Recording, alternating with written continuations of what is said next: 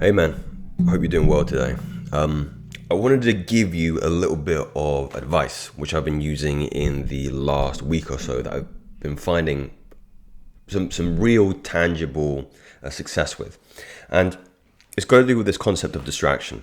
And we know, you know better than me probably, that we live in an overstimulated world right now. So, how do we live in this world but be not of it?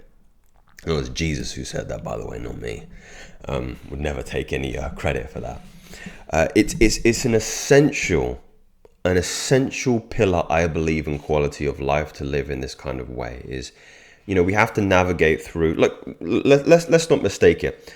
I'm sick and tired of people saying, okay, just quit social media. Quit social media. It's got no utility to it whatsoever. It's not technically true. It's very easy to say, especially if you're the particularly red pill, you have an aggressive look on life.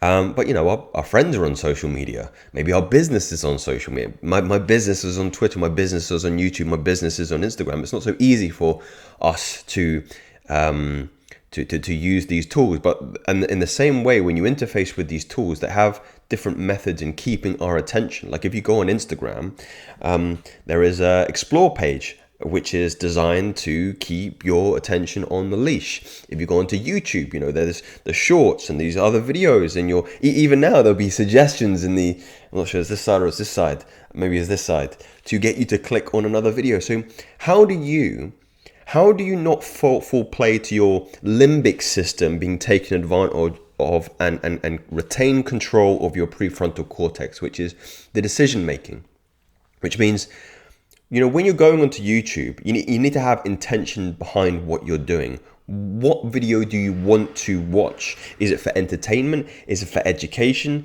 Is it because you're figuring out how to do something? What was the reason you opened your browser or opened your phone? And keep with that. And I believe the key in keeping that prefrontal cortex control is to minimize the likelihood of distraction. So how do you minimize the likelihood of distraction? Well, you minimize it by limiting and mitigating the opportunities for stimulation.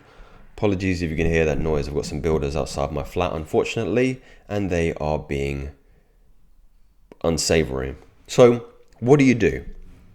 What you should do is you should grayscale all of your devices. This has been so helpful for me, and I can't believe I've only just started implementing this in just a week, but I have seen probably a reduction in my ability to be distracted by a good 25%. It's been that noticeable. In the last 7 weeks, don't think I've mindlessly scrolled on anything for longer than, let's say, I was going to say half an hour, but I think it's been less than that. Maybe 10 minutes, 10 to 15 minutes, which is substantial. Even me, who, again, is trying to portray this this beautiful idea of perfect masculinity and self-improvement and productivity. Of course, I still fall prey to these social media engines, but I've seen a significant decrease when grayscaling my devices. So, if you look at bring up my phone here, it's just all grayscaled, right? There's no colors, so it minimizes the likelihood of your eye being drawn because the rods in your eyes aren't being stimulated by the colors.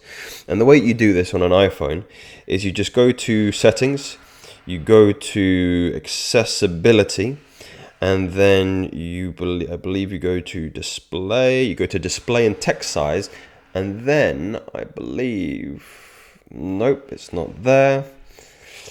I should probably figure this out before I did this. There is a setting. Is it accessibility? Maybe we have to go into display and brightness first and foremost. No, it's in accessibility. I believe it is.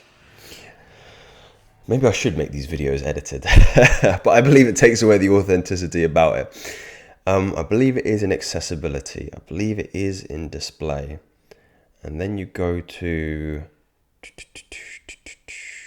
color filters on. Yeah, you go to color filters on, and you have this.